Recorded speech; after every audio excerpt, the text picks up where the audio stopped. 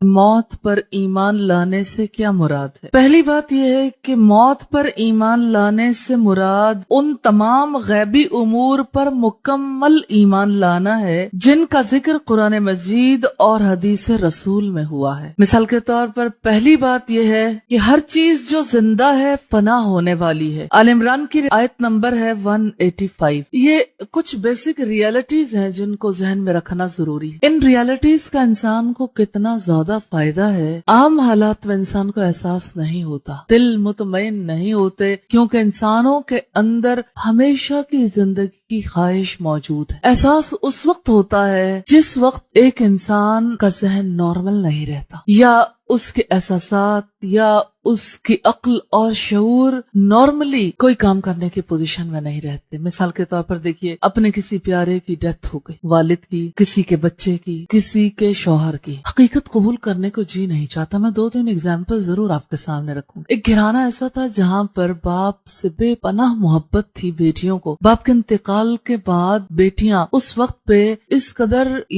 پریشان ہوئی، غم کی ایسی کیفیت میں چلی گئیں کہ جو شخص آتا تھا اور یہ کہتا تھا کہ آپ کے والد چلے گئے تو وہ مارنے کو دوڑتی تھی۔ کہتی جو ریلیٹو بھی آتا، کسی کی کوئی پہچان نہیں، نہ پھوپھیاں، نہ خالائیں، نہ ماموں، نہ چچا، ہر ایک کے اگینسٹ ہو گئی، اور یہ کہ اپنے باپ کے بارے میں یہی کہتی تھی کہ وہ سو رہے ہیں اور تھوڑی دیر کے بعد بیدار ہو جائیں گے۔ ظاہر ہے کہ یہ ایک نارمل بات نہیں ہے، لیکن بات فقط اتنی نہیں ہے کہ کوئی جذباتی ہو کہ ایسی بات کہہ رہا ہو۔ غم کی شدت میں انسان کا ذہنی توازن متاثر ہو سکتا ہے۔ جیسے ابھی کچھ عرصہ پہلے سٹوریز میں تو بہت ساری باتیں پڑھتے ہی ہیں، اس کو جس وقت فلمایا گیا اور لوگوں کے سامنے لایا گیا تو یہ ایک بڑی دہشت ناک قسم کی سٹوری بن گئی، جس وقت ایک ماں کی محبت جو اپنے بیٹے سے تھی اس کو عملی طور پر دیکھا، وہ بیٹے کو دفن کرنے دینا نہیں چاہتی تھی، اس لیے بیٹا اس نے گھر رکھ لیا۔ پھر بیٹے کی ڈیڈ باڈی کیسے ڈیکے ہوئی، آپ جانتے ہیں کہ جسم اپنی اصلی حالت میں باقی نہیں رہتا، وہ جسم گلا سڑا،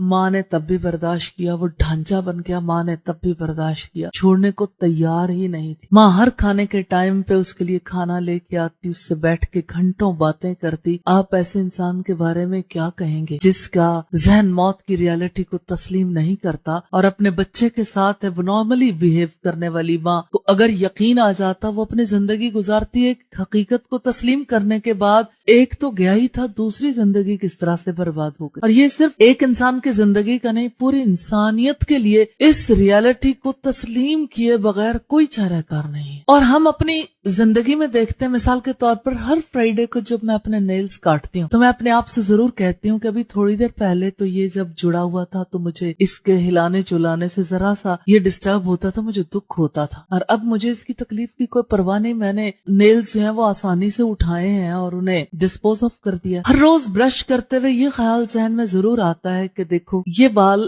گئے، وجود کے ساتھ نہیں رہے، لیکن وہ بال ادھر ادھر بکھرے ہوئے بھی برے لگتے ہیں۔ کیا ان بالوں کو ہم پراپرلی ڈسپوز آف نہیں کرتے ہیں نا؟ اگر ہم ان بالوں کو بکھرا رہنے دیں، اپنے بال اپنے جسم سے اترے ہوئے بال ہیں، اگر وہ بال سر کے ساتھ منسلک ہوں، جڑے ہوئے ہوں، دکھ ہوتا ہے ان کے الگ ہونے پہ، مگر جب وہ علیحدہ ہو جاتے چبھتے ہیں ادھر ادھر بکھرے ہوئے اور کراہت محسوس کرتے ہیں، ہم اسے دیکھ کر اچھا نہیں فیل ہوتا۔ جو شخص اپنے وجود کے اترے ہوئے ناخنوں کو جدا ہوتے ہوئے تسلیم کرتا ہے، اسے اس بات کی انڈرسٹینڈنگ، بال الگ ہو جائیں اس کی انڈرسٹینڈنگ، جسم کا کوئی حصہ خراب ہو جائے اسے کاٹ کر الگ کرنا ہو اس کی انڈرسٹینڈنگ ہے۔ مجھے ایک خاتون نے بتایا کہ میرے بھائی کی ایک ٹانگ پہلے کاٹ دی گئی، اب دوسری بھی اسی پوزیشن میں، کہ دوسری بھی کاٹ دی جائے گی، لیکن باقی وجود کو بچانے کے لیے دوسری ٹانگ کا کٹوانا بھی گوارا ہے۔ جب وہ کٹ جائے گی نا، کوئی نہیں چاہے گا کہ اس ٹانگ کو سجا کے رکھ لے، ہر ایک یہ چاہے گا کہ اس کو ڈسپوز آف کر دیں۔ اس لحاظ سے یہ ریالٹیز، یہ حقائق ہیں، ان حقائق کا صرف جان لینا کافی نہیں، یقین کرنا، کیونکہ یہ فائدہ دینے والی چیز۔ جب کائنات کی ہر چیز اسی اصول پر پیدا ہوئی ہے کہ ہر پیدا ہونے والی چیز نے فنا ہونا ہے، تو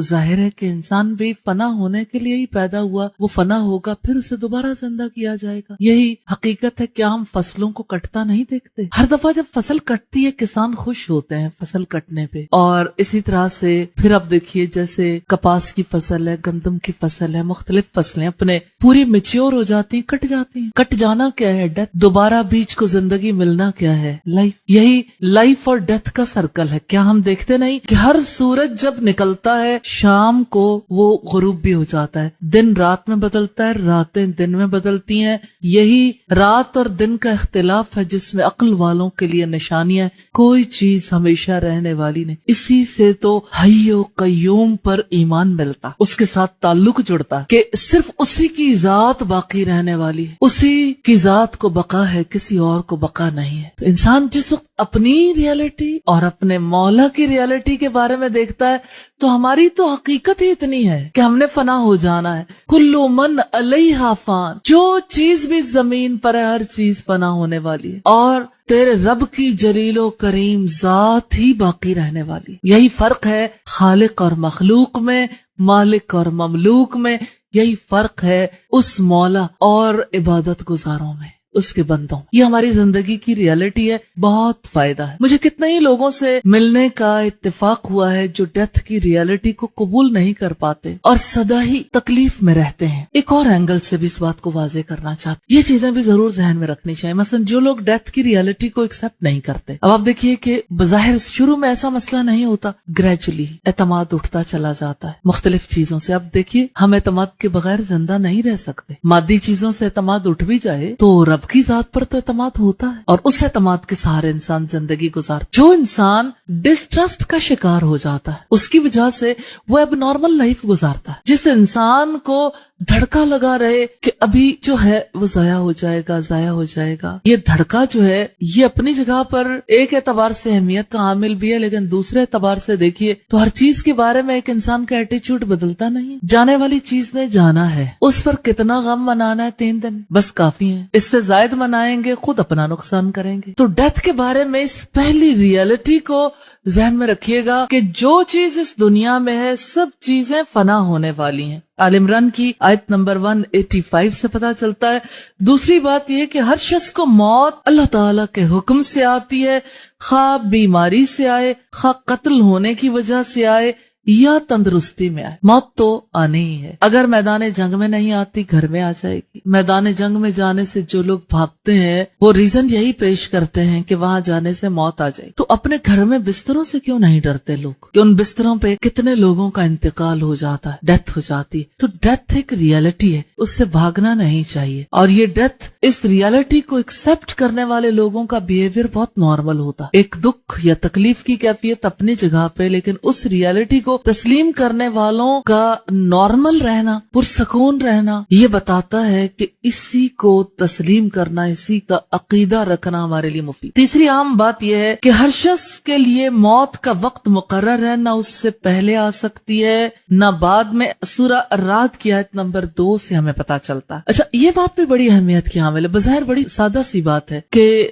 ہر شخص کے لیے موت کا وقت مقرر ہے، نہ پہلے آئے گی نہ بعد۔ تو موت کا مقررہ وقت، موت آئے گی اپنے وقت پر آئے گی، انسان کو کتنا نارمل کر دیتی کہ جب آنی ہے اس نے تو آنا ہی ہے، اس کے آنے میں ہم رکاوٹ نہیں بن سکتے۔ لیکن یہ ہے کہ اس سے پہلے ہی کیوں مر جائیں؟ موت سے پہلے مرنے کی بات ہے نا، ٹھیک ہے۔ ڈیتھ کی ریالٹی کو ایکسپٹ کرنے والے پھر تیاری کرتے ہیں۔ اب دیکھیں مثلا امتحان آنے والے، اگر کوئی اس خوف میں ہی مر جائے کہ امتحان آنے والے ہیں تو مرنے کی بجائے اسے زندہ لوگوں جیسے کام کرنے چاہیے کہ امتحان کے لیے تیاری کرے تاکہ اس کو فیس کرے، یعنی اس کے بعد اسے جس مقام پر پہنچنا ہے اس مقام پر پہنچنے کی تیاری کرنی چاہیے۔ اسی طرح سے چوتھی اہم بات یہ ہے کہ موت کے لیے اللہ تعالیٰ کے فرشتے مقرر ہیں، ملک الموت جانے قبض کرتا ہے، تو موت خود سے نہیں آتی۔ مثلا آپ دیکھیے کتنے ہی لوگوں کے ذہن میں موت کسی زہر کی بوتل میں، کسی تیزاب کی بوتل میں، کسی گن میں، کسی پسٹل کی گولی کے اندر یا